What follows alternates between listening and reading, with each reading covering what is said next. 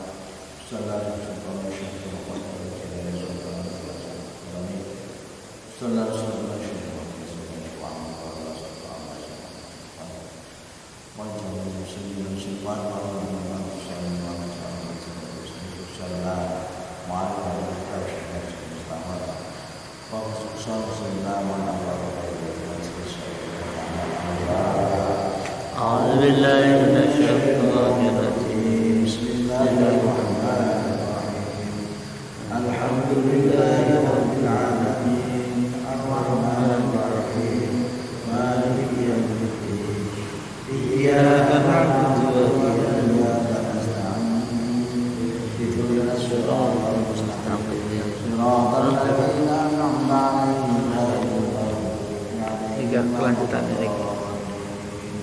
Rabbi ighfirli wa liwalidayya wa lilmu'minina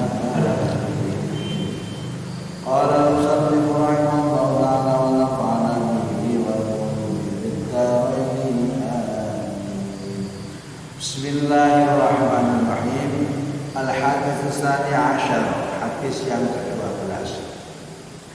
As-sahibah mi'atain wa isnaini wa ishrun, halaman 212. Kullukum ra'in wa kullukum mas'ulun an ra'iyatihi. Al-imamu ra'in wa mas'ulun an ra'iyatihi. Wa rajulu ra'in fi ahlihi wa mas'ulun an ra'iyatihi. Wal mar'atu ra'iyatun fi baiti zawjiha wa mas'ulun an ra'iyatiha. Wal khadimu ra'in fi mali sayyidihi wa mas'ulun an ra'iyatihi. Fakulukum ra'in wa mas'ulun an ra'iyatihi. Rawahul Bukhari. Kulukum utawi saben-saben sira kabeh iku ra'in wong kang ngreksa.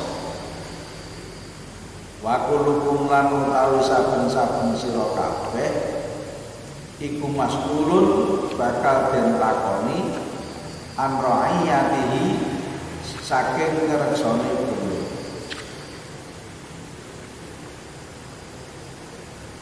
Jadi kalian semua itu adalah memimpin dan masing-masing kalian akan dimintai pertanggungjawaban. Kulukum ra'in wa kulukum mas'ulun an ra'iyatihi. Jadi kita semuanya adalah pemimpin. Minimal memimpin pada dirinya sendiri. Akal kita memimpin pada adil jawarih. Akal kita ini memimpin pada anggota tubuh kita. Bagaimana akal itu memerintahkan pada kaki untuk berjalan pada yang kebaikan? Bagaimana akal itu mencegah kaki untuk melangkah menuju kemaksiatan? Nah, ini ra'in ala amri jawarih. Wal imamu pemimpin iku ra'in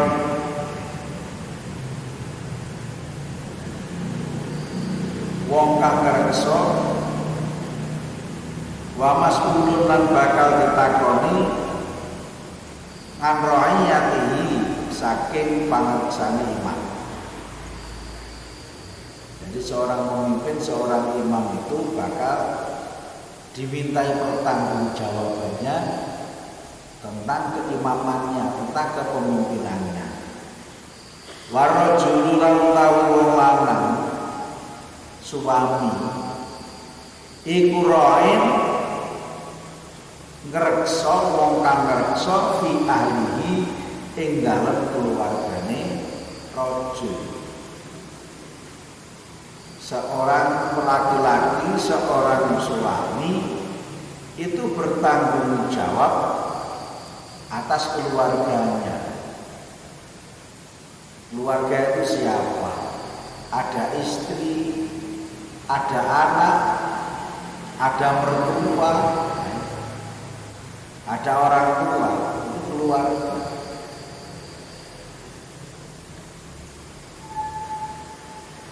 Wa huwa mas'ulun an ra'iyatihi wa huwa khaliqu rajul iku mas'ulun bakal ditakoni sapa rajul an ra'iyatihi saking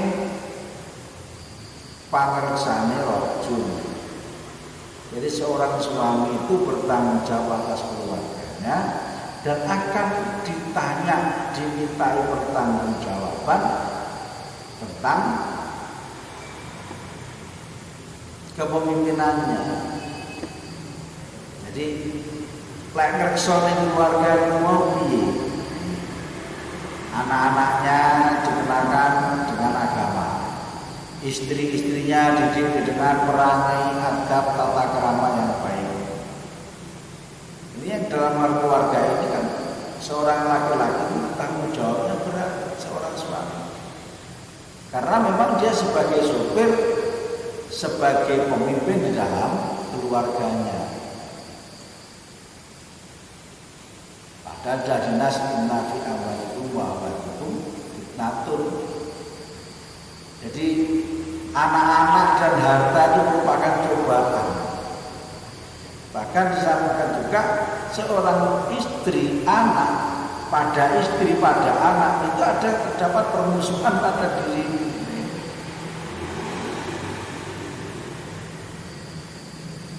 Kenapa demikian? Karena keinginan-keinginan anggota keluarga itu kadang-kadang bertentangan dengan keinginan kepala keluarga. Contoh Nabi Nuh menginginkan keluarganya semuanya beriman, namun Kan'an anaknya juga tidak beriman. Ini satu fitnah yang besar, cobaan yang besar. Nabi Lut istrinya maunya juga dididik dengan perangai adab tata krama yang baik, tapi ternyata malah berseberangan keimanannya dengan suaminya. Nah ini berat. Makanya disinilah seorang suami, seorang istri, aulani seorang suami itu adalah merupakan nakoda, merupakan pemimpin daripada keluarganya. Wal mar'atu tawi wong wadon istri iku ra'ayatun wong kang ngersa fi baiti zaujiha ing dalem omahe bojone mar'ah. Wa mas'ulatun lan bakal ditakoni sapa mar'ah an ra'iyatiha saking pangreksane mar'ah. Seorang istri itu adalah penjaga bagi rumah suaminya. Ini dari sini sudah ada pesan yang implisit yang terkandung bahwa seorang perempuan itu, seorang istri itu adalah penjaga rumah suaminya. Nah ini gimana? Omah itu saisine. Nah ini secara ex officio yang bertanggung jawab adalah orang perempuan. Apa omah acak-acakan, apa ditata dengan sedemikian indahnya, bahkan isinya kayak gini lumbung. Bagaimana perputaran, apakah hari ini masakan ini enak, apakah ada masakan apa tidak, itu tergantung pada istrinya. Wal mar'atu ra'yatun fi baiti zaujiha, di sini ini itu secara implisit sudah masuk di situ. Secara implisit, secara tersirat di situ. Hanya kalau orang laki-laki mengisi babakan rumah, coro Jawa cupar. Nah itu. Di situ itu.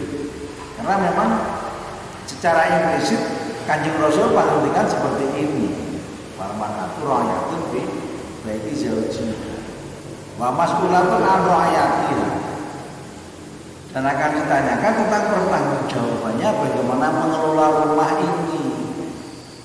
Oh, omahe bersih, omahe apik, suaminya betah tinggal di rumah. Nah ini. Nah, termasuk hiasan rumah itu kan juga perangai istrinya, sikap istrinya. Kalau mar'ah sholika ya idza nadartaha syaratkan, kalau dia itu dipandang nyenengi, wa idza amartaha apa. Kalau diperintah ya manut. Ning kathah-kathahe sakniki walik walik. Dengan alasan apapun itu tidak sesuai dengan syariatnya. Semisal mohon maaf, ini bahayanya berada juga seorang istri dengan suami di sini. Seorang suami, "Ma, Bu, wis gak apa-apa aku sing ubah-ubah." Oh nggih ya, wis. Blek pakaian kotor istrinya, ya itu ya, blek lagi ya. Suaminya ridho. Tetapi Allah yang tidak ridho, karena yang punya hukum ini adalah Allah. Makanya kalau itu yang paling berat. Kadang-kadang istri tidak terasa. Apa kewajibannya? Kewajiban istri adalah taat, berbakti kepada suami. Ini apapun juga. Bahkan dalam tata pergaulan keseharian, mohon maaf, bahasanya dalam berbicara itu harus sopan. Itu aturan dari keluarga. Itu yang dicontohkan Rasulullah. Cara Jawa, seorang istri harus berusaha kepada suaminya. Sekarang ini dibalik malah. Jadi udahlah, wes kene. Nah itu, yang kadang-kadang tidak paham seperti itu, diiyakan. Jadi kalau di akhirat nanti mas'ulun wa mas'ulatun an ra'yati, jadi wa mas'ulatun an ra'yati, bagaimana dia mengelola, memanage rumahnya ini. Nah, ini kewajiban seorang istri. Jadi disinilah perlunya. Makanya ketika Kanjeng Rasul itu ketika menjelang ajalnya, An-Nisa, hati-hati dengan perempuan. Jadi yang diingatkan di sini, kaum ibu, kaum hawa ini harus betul-betul kembali kepada dirinya. Apakah saya ini sudah seperti apa yang Rasulullah sunnahkan? Apakah saya sebagai seorang istri ini sudah melaksanakan apa yang telah Rasulullah syariatkan? Ini dari situ. Rasulullah sudah seandainya diperbolehkan aku memerintahkan manusia menyembah pada manusia, maka aku perintahkan seorang istri menyembah kepada suami. Ini saking apa? Saking wajibnya seorang istri berbakti kepada suami.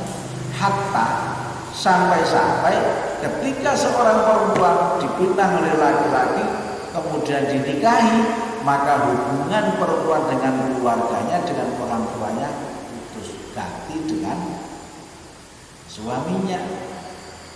Jadi kewajibannya yang awalnya ketika masih lajang, belum punya suami, itu wajib berbakti kepada orang tuanya. Tapi ketika sudah punya suami, maka dia wajib berbakti kepada suaminya. Ini jalurnya berbeda. Nah, si suami perempuan ini wajib juga berbakti kepada mertuanya seperti pada orang tuanya sendiri. Di sini nih. Jadi jalurnya yang digeser. Nah ini kalau jalurnya bergeser, dia nggak bergeser, berarti kan nggak sesuai dengan rule-nya, nggak sesuai dengan rule-nya. Garisnya itu nggak pas. Kalau garisnya nggak pas, berarti tidak pada jalur yang dia salah jalan. Ini yang sedang kita, yang sekarang ini sering kita tahu disebut. Jadi seorang istri maunya suami itu apa? Maunya suami ini membantu istrinya. Kalau istrinya secara kaki lahir batin itu akhirnya ngebruk nih gawean-gawean yang menjadi tanggung jawab dia kepada suami. Nah ini contoh yang kecil-kecil saja. Jadi ketika seorang istri itu kewajiban menyediakan motor rumah sampai hatta masakan. Ketika kita suami datang, udah nggak usah begitu, buka mejanya, makan langsung, piring yang dewe, ini, wedang teh yang gawe dewe, suaminya, istrinya ada, sementara istrinya anak, ini, hati-hati, suami nggak ada ucapan apa-apa, langsung cari, selesai ya diisai, kembali total rapi lagi. Duduk di samping istri, alhamdulillah masamu enak, boleh sudah. Ya karo anak. Ya alhamdulillah. Maaf ya kayak iso nglateni ya. Tapi dia anak. Itu kan hanya apa-apa yang ngalami. Inilah yang ada semacam apa? Filosofi atau jadi trimo sing lakoni ora trimo sing ngomongi. Artinya di sini sing lakoni trimo seorang istri ridho, cari makan sendiri, buat tes sendiri, saya tidak masalah, ridho dia. Tapi sing ngomongi, sing ngatur, sing noto, ini yang tidak ridho, yang punya syariat ini loh, bahaya di sini. Ini jangan dianggap sepele ini sudah menjamur. Maka kita ya melalui informasi ini, melalui pengajian ini, monggo kita sebutkan. Suami kita wajib ngaturi kepada istri ini loh. Wong dene manusia alhamdulillah, orang manusia alhamdulillah kita sudah menyampaikan. Wis diberi kewajiban. Tapi kalau kita tidak pernah memberitahu kepada istrinya, mama, ibu, dek, nopo mawon sebutannya, tugasmu seorang perempuan iki lho plek diaturne kata yang ringan, kata kuncinya jangan sampai seorang suami itu minta kepada istri belum minta sudah disediani, itu yang bagus. Iya kan seperti itu kan. Kalau pendengar pernah melihat video pengajiannya itu Mubalighoh muni ngapak itu. Sedekah. Jadi kalau malam Jumat itu kan termasuk sedekah kepada suaminya. Itu harus ditawarkan, jangan sampai suami minta itu. Loh ini kan Nabi yang seperti itu. Apapun juga bukan hanya sekedar melayani biologis, bukan itu saja, semuanya. Jadi jangan sampai suami ini minta, sebelum minta panjenengan sudah kaum istri sudah menyediakan itu. Ini yang asal itu malah asolihat itu. Nah, ini bukan karena saya laki-laki terus ya hanya karena keberpihakan pada kaum suami, tidak. Ini adalah hukum Islam seperti itu, maka kita wajib menyampaikan. Ya, semoga kita semua menyadari kembali kepada tugas dan fungsi kita. Tugas dan fungsi kita.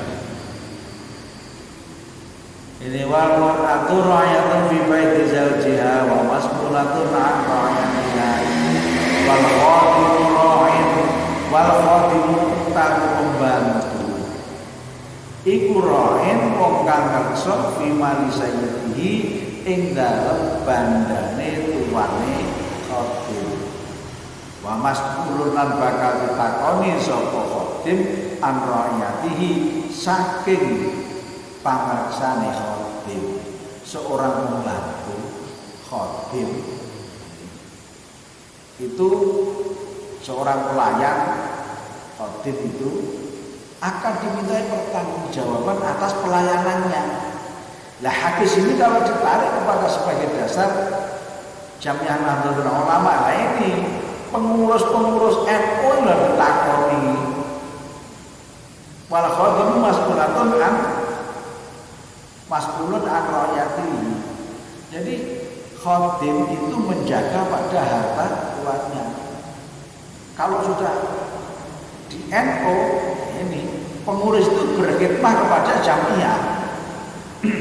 Jamiah ini punya program, jamiah punya anggaran dasar ini. Maka setelah pengurus NU sudah sesuai atau belum dengan anggaran dasar NU, sudah sesuai atau belum dengan program-program NU. sudah sesuai atau belum dengan tugas-tugas NU. Nah itu akan ditanyakan. Kita nggak boleh berbangga-bangga ketika dilantik di atas panggung dinyanyikan lagu ya lalwaton ya lalwaton ya lalwaton, nyanyi tok. Ini kita diminta pertanggungjawaban. Nah, inilah makanya ya kullukum ra'in wa kullukum mas'ulun an ra'iyati. Jadi kalian semuanya adalah pemimpin dan akan diminta bertanggung jawab atas kepemimpinannya. Hanya di sini kan dalam itu kan masa khidmah. Khidmah itu adalah masa memberikan pelayanan. Nah, orangnya namanya pelayan. Orang kalau jadi ketua NU, jadi pengurus NU itu malah dilayani, tidak, melayani pada umat, melayani pada jamaah. Hanya di sini, di sini merupakan dasar itu seperti itu. Hanya ini termasuk 40 hadis yang berkaitan dengan dasar-dasar Jami'ah Nahdlatul Ulama. Abad baik ya, ya abad aja. Jadi pengurus NU itu abad, ini urusan umat. Makanya di sini kalau di NU cari gengsi, nggak ada gengsinya. NU itu khidmah aja untuk berkiprah aja untuk berbakti berkhidmah kepada jamaah, kepada umat ini. Wal khadimu ra'in fi mali sayyidihi wa mas'ulun ra'iyatihi. Lah manusia itu mana? Ya, harta kekayaan dari yang dijaga itu. Keutuhan daripada NU itu bagaimana?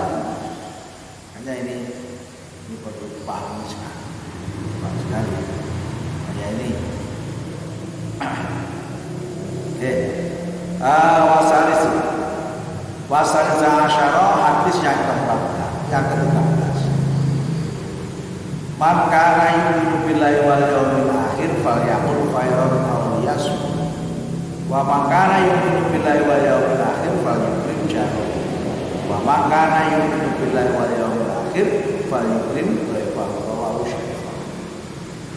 Man utawi sapa wong iku kana ana sapa man.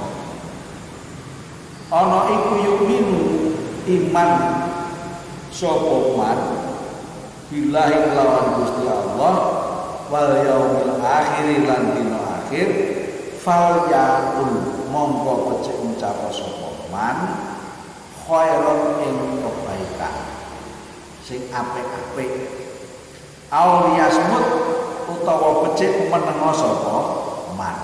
Niku barang siapa yang beriman kepada Allah dan beriman kepada hari akhir. Apa hanya iman kepada Allah atau iman kepada hari akhir? Orang iman kepada malaikat. Nah ini di situ memakna kata. Jadi beriman kepada Allah, rukun iman semua mesti sampai serentak. Artinya barang siapa yang sudah imannya sempurna,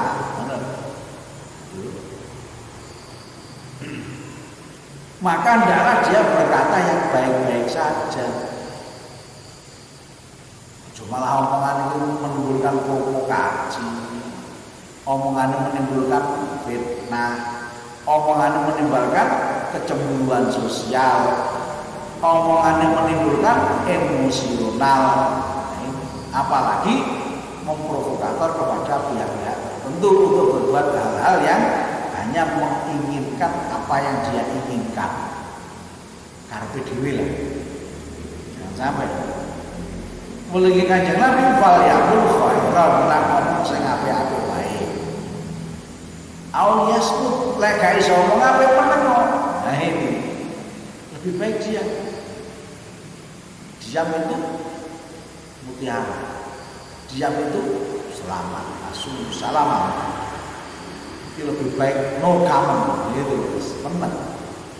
Kenapa? Karena dia tidak punya pendapat yang beromong kelelek kabeh. Ketakone ora cocok karo dawuh Kanjeng Nabi. Menambah fitnah, menambah ruwet. Maka ya wis ngono wae. Fa ya khairan aw yasmu. Jangan kalau tidak paham terus malah mengeluarkan fatwa sesuai karpet dhewe lah, ini bahaya. Bahaya. Wa man kana yu'minu billahi wal yawmil akhir falyukrim jarahu. Wa man kana wa man lan sapa wong. Wa man lan tawu. Iku kana ana sapa man. Iku yu'minu iman sapa man billahi wal yawmil akhir lan dina kiamat dina akhir falyukrim monggo becik mulyakno sapa man jarahu ing tanggane man. Wonten sareng hadis ini dengan walau kana kafirun begini, senajan tangga kafir, selama si kafir itu tidak pernah mengganggu kepada kita, maka kita juga wajib untuk menghormatinya, memuliakannya. Falyukrim jarahu tadi. Situ itu betapa mulianya. Nah ini kalau didasar dalam menurut ulama kan tawassul, sederhana, tengah-tengah, jadi tidak ekstrim. Oh kamu bukan Islam ya, kafir ya, Allahu Akbar. Nah ini akan menimbulkan hal-hal yang kuat. Hanya yang pertama fal yakul khairon, ngomong sing apik alias mereka iso menengo. Yang kedua fal yukrim jarahu, maka hendaklah dia menghormati kepada tetangganya. Ini akan menimbulkan membawa situasi yang kondusif, masyarakatnya aman. Nah Pacitan seperti semboyannya Pacitan itu adem, ayem, tentrem ini. Di sini ini makanya falyukrim jarahu, saling menghormati hakul jiran, hak-hak bertetangga di sana. Jangan kalau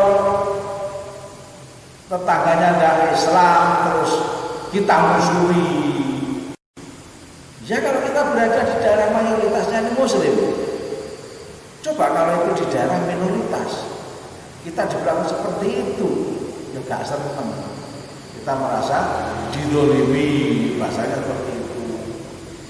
Nah ini makanya ya saling menghormati, saling menghormati. Ini perintah Kanjeng Nabi. Jadi bagaimana kita hidup berijtimah, hidup bersosial, hidup bermasyarakat di sini. Falyukrim jarahu. Wa man kana yu'minu billahi wal yawmil akhir, wa man lan tawi sapa wong iku kana ana sapa man, ana iku yu'minu iman sapa man billahi marang Allah wal yaumil akhir lan iman marang dina akhir dina kiamat. Falyukrim monggo becik mulyakno sapa man dhaifahu ing tamune man. Jadi kalau ucap berimannya semuanya, muliakanlah tamu, tamu orang asing. Jadi jangan kok usung COVID seperti ini ada tulisan besar di depan masjid dalam sebuah spanduk ditulis gede-gede itu,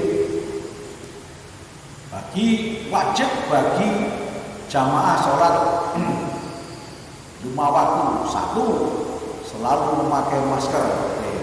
2, cuci tangan pakai sabun. Yang ketiga, menjaga jarak.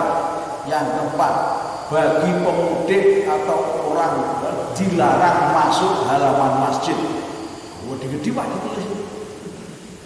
Mak jelek, padahal saya itu musafir mau sholat. Nang masjid ora oleh mlebu. Iki masjid apa gedon? Saya bilang itu. Hati saya itu. Tapi tak seneni.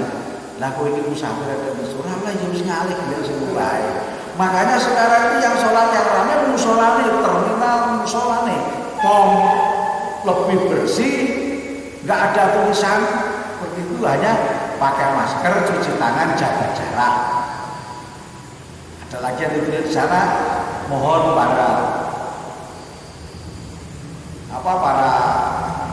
ini yang sholat tetap menerapkan protokol kesehatan itu. Lebih luwes, bahasanya lebih cantum. Hal yang masjid dilarang masuk halaman masjid. Ya Allah, tak foto oleh sebelah salah satu wis ya merasa gimana ya kita. Akhirnya begini, mohon maaf, kita kadang-kadang terlalu over dalam menyikapi sesuatu itu sehingga mestinya tidak dicacahkan. Jaga jarak. Kita tidak bisa melakukan hal seperti itu. Nah kalau itu semua masjid di orang asing dilarang masuk, musafir dilarang, di lockdown, masjid-masjid pinggir jalan ditutup, ya padha gelem salat terus dosa sapa. Sing dolan-dolan salat kan wis regep, kapan aku ke masjid, mohon maaf ini musafir dilarang, enggak ada. Saya lihat, makanya musola bagi saya tak piye kuwi, sudah saya biarkan. Ini rumah ibadah untuk Allah.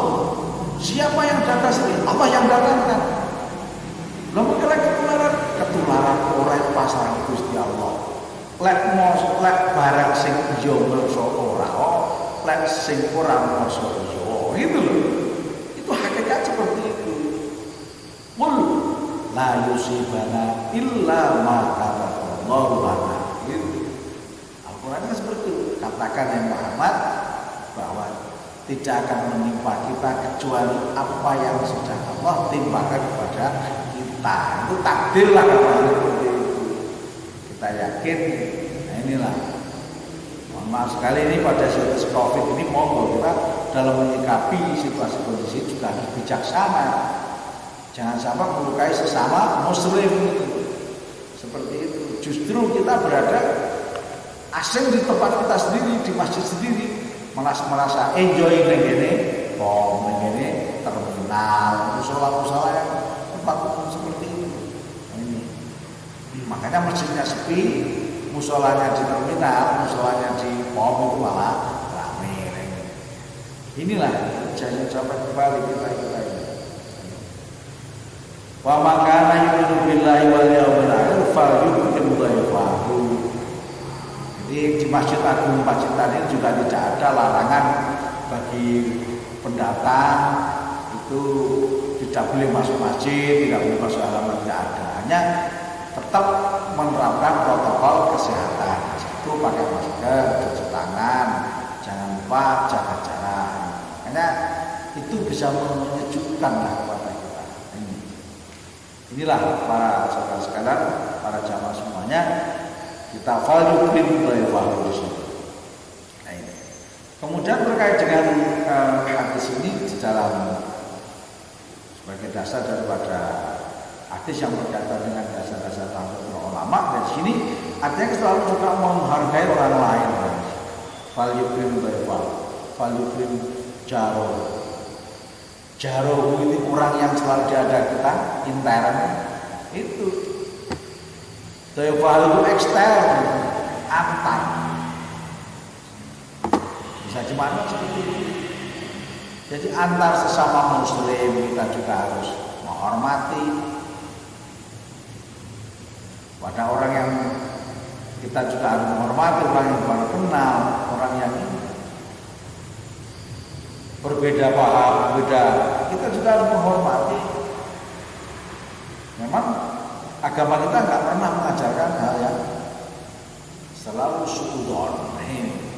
Hati-hati, hadari itu boleh, hati-hati waspada, tapi suudon nggak boleh. Kalau suudon sudah menjustifikasi orang lain itu jelek. Tapi kalau hadari, hati-hati, ya siapa tahu, jangan-jangan, nah itu boleh itu. Walau biasa. Hadis yang ke-14, inna baina yaday sa'ati kadzabina fadharun. Rawahu Muslim. Inna baina yaday sa'ati satemene ana ngarepe dina kiamat. Jadi tanda-tanda yang mendekati hari kiamat. Baina yaday itu di depannya sudah cedek. Kadzabina ana wong kang ahli goroh pendusta. Fadharuhum mongko wedya sira kabeh ing kadzabin. Hati-hatilah. Jadi sesungguhnya ketika kiamat sudah dekat, banyak para pendusta, oleh karena itu waspadalah terhadap mereka. Fahdharu, hati-hati terhadap mereka. Mulanya semua berdusta ke sana, berdusta sini, bohong sana, bohong sini, ini sudah pertanda dengan dekatnya kiamat. Ada pertengahan Ramadan akan terjadi kiamat menghebohkan, nyatanya enggak terjadi. Ini juga ujian. Ini undi jadi kiamat kayaknya ngapusi, wah nggak bisa percaya gitu. Ada lagi yang mengatakan itu betul berita. Cuman ini ketika ada salah satu walinya Allah yang mohon kepada Allah, maka mohon ya Allah nyuwun niki napa jenenge huru hara kiamat atau apa musibah yang besar ini, tolong jangan turunkan dulu ya Allah.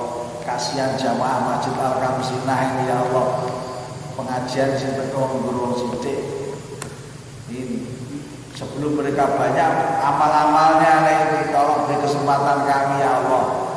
Nah ini kalau itu yang minta wali kutubnya Gusti Allah, satu saja yang minta, katakan menunda itu. Kenapa inna rahmati ghalabat ala ghadabi. Dalam hadis qudsi ini disebutkan sesungguhnya rahmatku, kasih sayang kepada hamba ini itu lebih luas, lebih besar dibanding dengan ghadab, kemarahanku.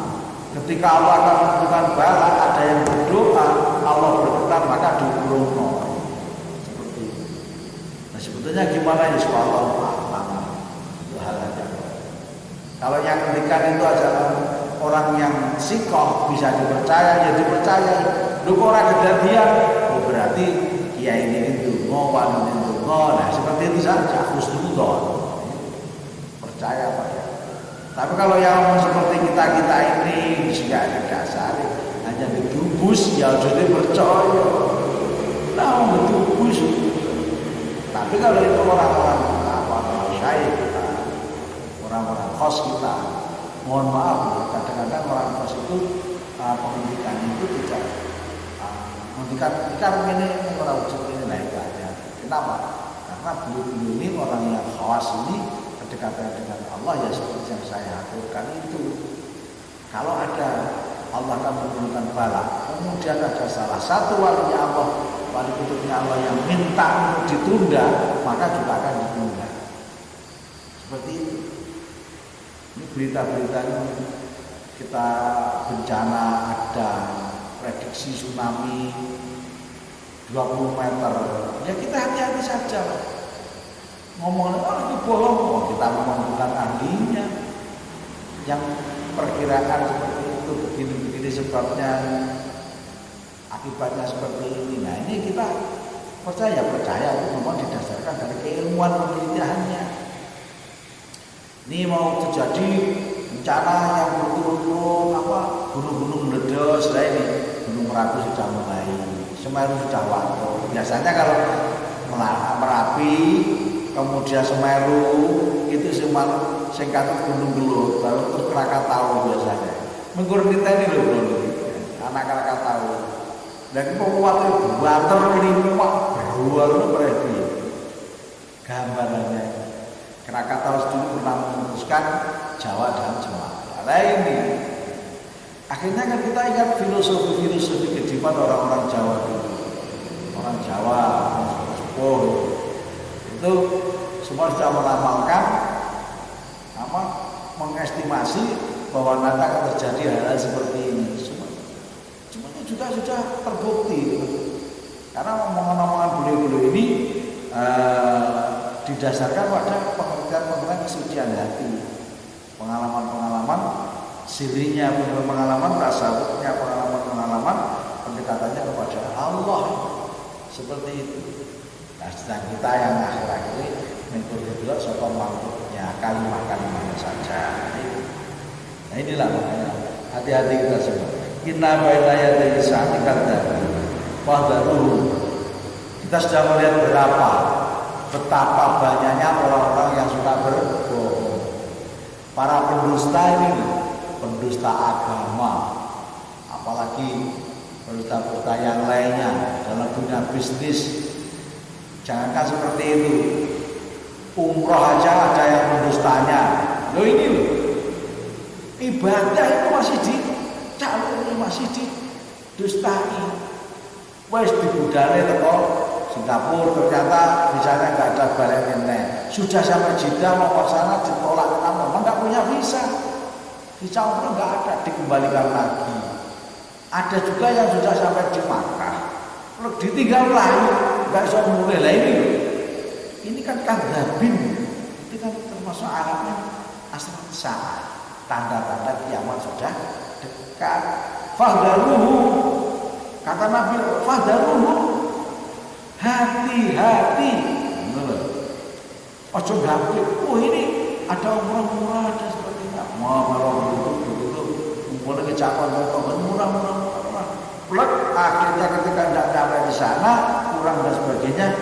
Oh, aku bilang, kalau patur hati aku bilang, wah ini patur hati akhirnya ketiko.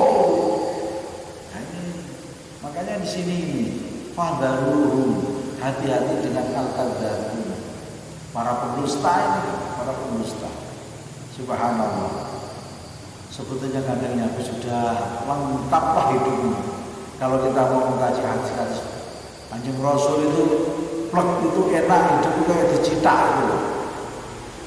Tapi kadang-kadang kita kan kalah dengan nafsu kita. Dicipta A maunya B itu. Wah aku gak seneng A, seneng B itu. Ini memaksakan kehendak. Akhirnya kita juga tidak sesuai dengan jalur kehidupan yang sesungguhnya. Inna baina yaday sa'ati kadzabil fadl rusulnya. Ketika sudah dekat dengan kiamat banyak para pendusta. Karena itu waspadalah terhadap mereka. Pendustanya ada di mana-mana, di kehidupan bisnis ada, di pemerintahan juga ada, di di politik juga ada. Kemudian di agama saja ada yang menggunakan agama. Dan ayat-ayat itu banyak orang mendustakan. Siapa orang mendustakan agama? Allah yang bagi anak yatim. Dia tidak punya rasa itu sosial kan seperti itu. Nah, makanya di sini. Nah inilah satu lagi hadis yang ke-15. Ista'inu ala injahil khawariji bil kitman fa inna kulla ni'matin maksudun rawahu Bukhari. Ista'inu nyuwun sira kabeh ala injahil khawariji ing atase ngasilaken pira-pira hajat. Ngasilaken pira-pira hajat. Bil kitmani dengan nyimpen ndelekaken meneng-menengan kalau sak diomong-omongi. Fa inna kula dinikmatin mongko sak temene saben-saben wong sing oleh kenikmatan iku maksudun den drengkeni. Kanjeng Nabi ini sudah sudah memberikan warning peringatan pada kita itu. Jadi sukseskanlah cita-citamu itu dengan merahasiakannya. Gak usah diomong-omong nih. Nah, sekarang kan kebalikannya. Melingi Kanjeng Nabi. Kenapa Kanjeng Nabi sampai berpesan seperti itu? Karena keadaan umatnya kita ini tidak seperti yang diinginkan Kanjeng Nabi. Senengannya pamer. Makanya lihat di statusnya itu, update terus. Alhamdulillah, sukses, alhamdulillah, saya ingin ini, itu seperti itu. Nah, status yang terbaru itu bisa juga digunakan senjata oleh orang lain yang berbuat iri, berbuat hasud.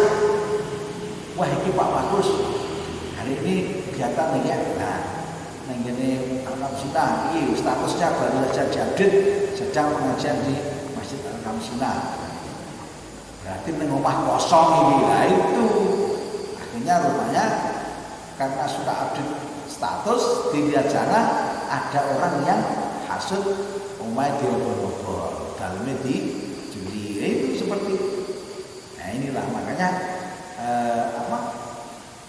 Kanjeng Nabi berpesan Istainu ala injaril hawaiji bil kitman.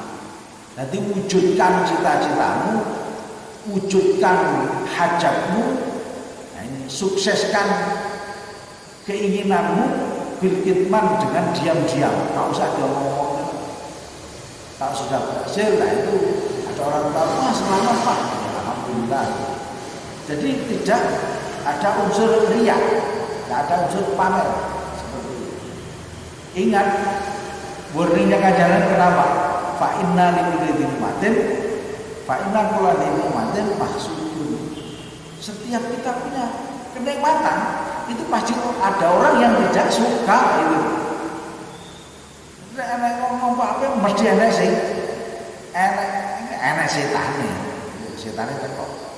Kanjeng Nabi Adam ya iblis kan gitu. Nabi Ayub ya iblis, setan itu.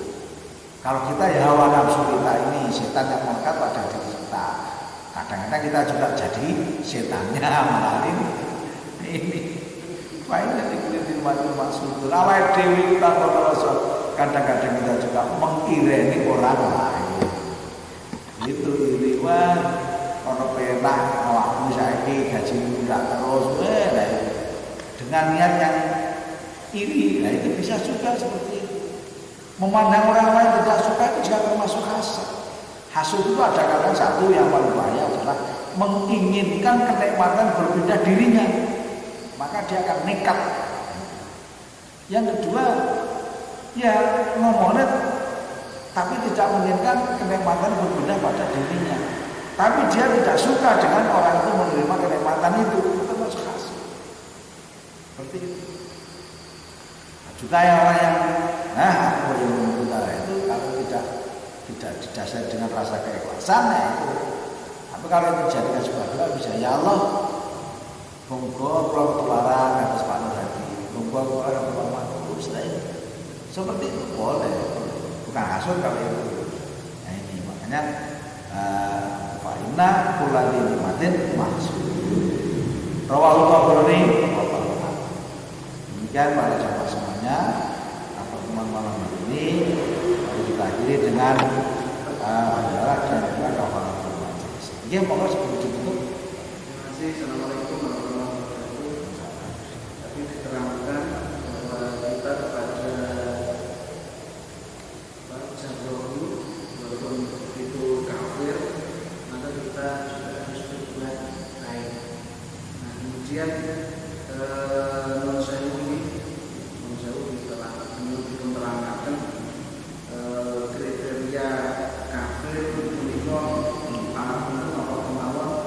sehingga kita bisa mengetahui mana yang harus kita baiki maupun yang harus kita hati-hati dalam menyikapinya.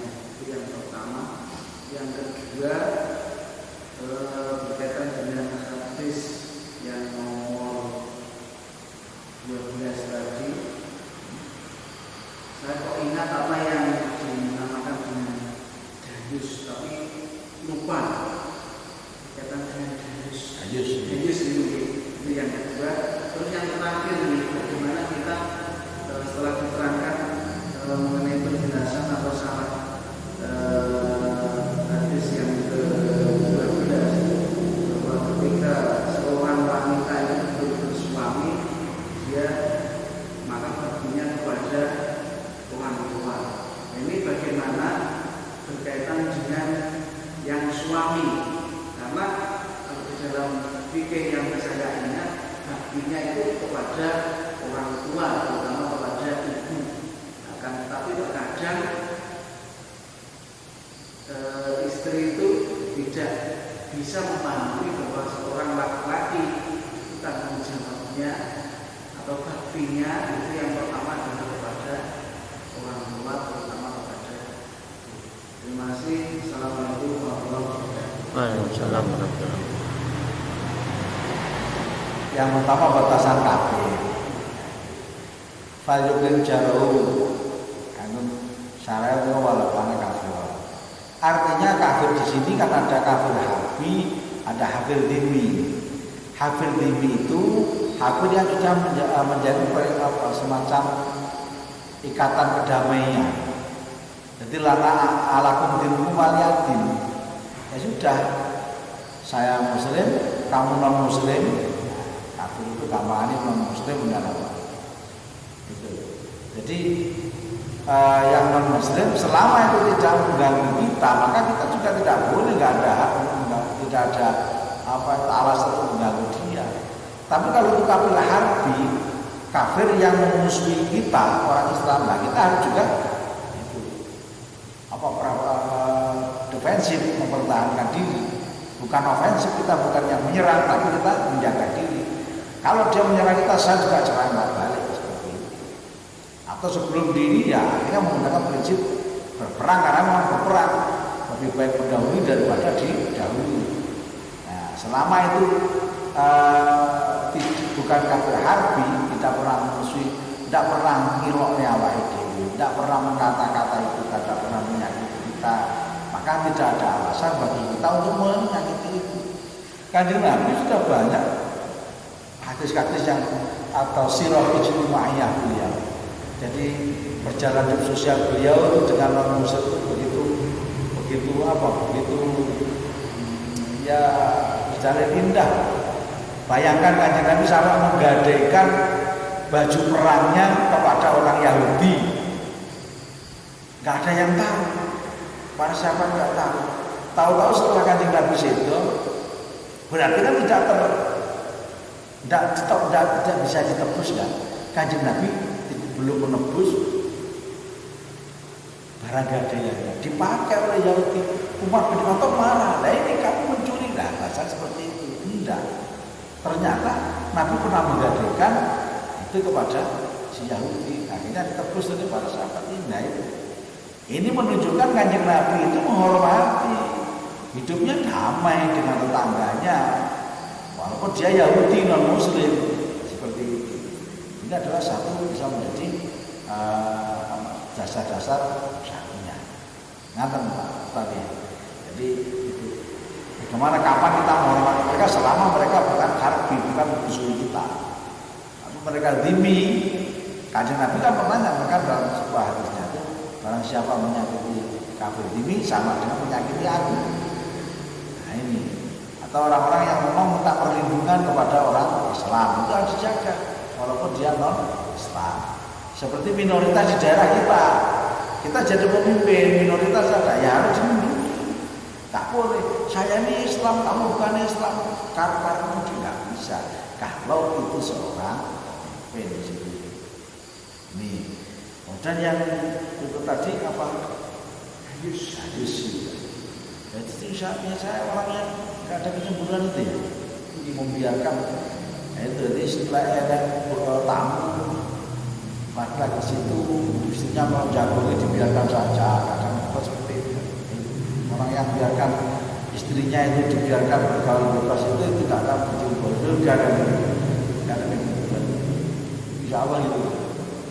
Makanya timbul kumpulan pada masalah yang bagaimana seorang laki-laki menjaga keperluan itu daripada keluarganya, istrinya, anaknya harus dipenuhi semuanya. Jadi ketika ada tamu laki-laki dan kenal ya takoni, Assalamualaikum warahmatullahi wabarakatuh. Patusi tempat, patusi buan, ya penjelasan sinten lain. Nah di sini ketika populer teman sekerjanya gitu, pokoknya itu begini. Tak buku itu kerja begini, populer pada kerjaan begini. Kalau bisa ya kita ingin jagonya di situ. Artinya menjadi jangan dilepas. Kadang-kadang kita jauh begitu baiknya, kita jangan dengan namanya istri, kemudian nah kita juga tiga-tiganya istri dipakai saja tanpa didampingi. Nah, ini juga istri harus tahu diri, jangan terus ngobrol sekarang kesel luka ngobrol di pol-polnya seakan karena sudah begitu akrabnya di depan Jodoh depan suaminya. Nah, ini hati-hati juga. Makanya di sinilah perlunya pemahaman terhadap hukum zaujain. Bagaimana haknya berumah tangga di sini. Ini. Kemudian ada apa tadi haknya suami istri pada orang tua kan. Bagaimana kita berwalidain? Seorang perempuan ketika sudah dinikahi oleh laki-laki, maka dia kewajibannya hak istri itu kepada suaminya. Jadi istri wajib berbakti kepada suami lah. Ketika laki-laki sudah menjadi suami dari perempuan ini, maka dia punya kewajiban untuk berbakti kepada orang tua. Siapa? Mertuanya. Jadi di sini kan namanya walidain. Kedua orang tua itu ada abu walid, orang tua yang melahirkan kita. Ada abu ilmi, ada orang tua yang memberikan ilmu pada kita. Para guru, bahkan wakilah ini. Berbakti kepada guru itu lebih ada pendapat itu lebih daripada berbakti kepada orang yang melahirkan kita. Kalau orang tua kita yang melahirkan kita, begitu lahir diberi makan, diberi nentunya sehat, selesai. Nah ini loh situ. Tapi kalau guru, bukan itu yang diberikan, diberikan ilmu yang bisa menyelamatkan dunia dan akhirat ini loh. Ini ada juga secara pribadi, mohon maaf secara pribadi saya juga setuju. Kenapa? Karena wajib berbakti pada orang tua yang melahirkan kita, wajib berbakti pada guru, kewajiban kepada guru ini di atas pada orang tua, seperti itu. Kenapa? Karena memang yang menyelamatkan dunia dan akhirat. Wong tua dewe itu hanya ini ekstrim belum pendapatnya begitu. Tapi kita harus berkolaborasikan, jadikan satu kita lihat wong tua itu disuruh, guru juga disuruh, dua-duanya. Jangan dibeda-bedakan. Yang ketiga adalah mertua. Nah ini namanya abu nikmat. Wong tua supaya nikmat apa itu? Orang-orang apa ini wis gede lah. Nikmat itu saja. Mobil itu nikah halal ini. Nah di sini jalurnya harus tahu. Laki-laki menantu, laki-laki itu wajib berbakti pada mertuanya. Wajib Pak ini. Jadi tidak bisa hanya modeli bujuri tok tanpa pernah ada iman untuk berbakti kepada orang tua itu. Ambil anaknya orang tua disibakkan begitu tidak bisa. Itu kewajiban cara syar'i seperti itu. Inilah jadi orang tua itu ada tiga ini. Makanya kewajiban kita di situ. Nah perempuan ketika dia punya orang tua dia harus berbakti pada ibunya. Kan itu Kanjeng Nabi. Ya Rasul, kamu berbakti pada siapa? Ibumu. Siapa lagi ibumu? Siapa lagi ibumu? Nah ya siapa lagi Rasul? Bapakmu itu. Itu digemui semuanya. Jauh-jauh perempuan istri juga digemui seperti itu. Inginnya berbakti pada orang tua. Tapi jalurnya lewat suami. Itu tidak bisa langsung. Harus ada wasilah lewat suami. Pengen berbakti pada orang tuanya sebaik-baiknya, maka silakan berbakti dengan suami sebaik-baiknya. Sampaikan pada suami, ya Mas, aku pengen nyaosi ibu. Nah itu syukur. Wah nggak apa-apa. Saya nasi pagi ya berdua Mas. Nah itu datang sama ibu. Adinda, nah itu nggak apa-apa. Kepengen nyawa panjenengan, masya Allah, itu cara mendengar sih. Wah itu seneng banget orang seperti itu. Makanya ada lagi juga yang berpendapat seorang ulama nasional berpendapat. Maka kalau dengan orang tua itu jangan minta doa restu, ojo jalur ditungane. Berarti kowe ora percaya wong tuamu kasih sayang dengan sampean. Gitu. Dadak jalur. Lha ora tua ditungane rezeki kok muga-muga boleh gede dadi wong sing pinter sing bener. Itu doa Bagaimana? Kita selalu mohon maaf kepada ibunya, kepada bapaknya, caos hadiah kepada kedua orang, menggembirakan idkhalus surur kepada orang tua. Nah, ridhonya orang tua kepada kita ini loh yang menjadikan kita. Ridho itu bukan diucapkan. Ridho Allah, ridho walidain.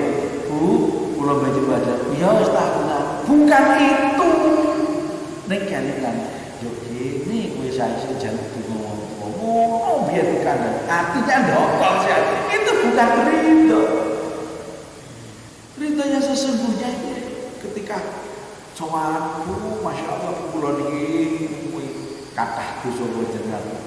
Pangapunten nggih kula biyen nate ngapusi jenengan. Sing kula apusi njaluk dikit tuku buku bae kula tuku pulsa. Itu.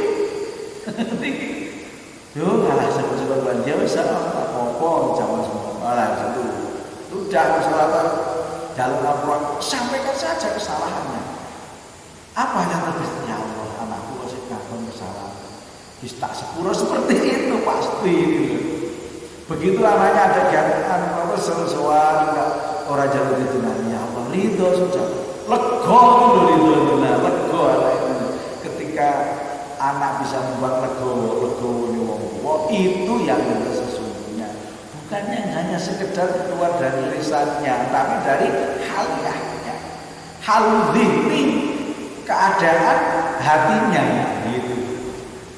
Inilah namanya berbakti pada orang-orang sampai spiritual. Oke, lanjutan dengan tinggi sampai nambahi kekuatan kita semua untuk selalu berbakti pada orang tua. Sakit-sakit lah. Pulau jenengan sering mengikrarkan kesalahan yang sudah lalu kepada orang tua. Jadi mintanya awake dhewe itu taubatan nasuha seperti itu. Jadi taubatan nasuha bukan bapak ibu kula penyumbang sedulur kalpatan kula. Kaya hari raya itu mah kamuflase. Salah sing ndi? Itu kasih ciri-ciri juara saya kaya nah itu. Tapi kalau sudah nyuwun sewu Bapak, kula kasar paling jenengan niku lho Pak. Mungkin kula ngaten-ngaten pangapunten saking tasik kudu nyuwun. Niki tanggal kula niki kula niki nyuwun ngapunten disentuh seperti orang tua pasti luluh lagi di situ. Makanya kita tahu kata suka monggo. Kita tidak usah malu mengaku kesalahan di hadapan orang yang pernah kita salahi. Lah wong adik dosa karo dhek gelem kok njaluk ngampura ngakoni salah orang. Enggak tanggung jawab kulo kroen gitu. Dituntut oleh bojete malu isin ning dunya timbangane isin besok ning akhirat gitu. Nah niki. Nggih, kita ngaten karena waktu sudah pun lewat. Kita akhiri dengan alhamdulillah dengan kita tutup dengan bacaan kafaratul majlis. Alhamdulillahirabbil alamin. Subhanakallahumma wa bihamdika asyhadu an la ilaha illa anta astaghfiruka wa atubu ilaik. Wallahu a'lam bishawab. Assalamualaikum warahmatullahi wabarakatuh. Waalaikumsalam.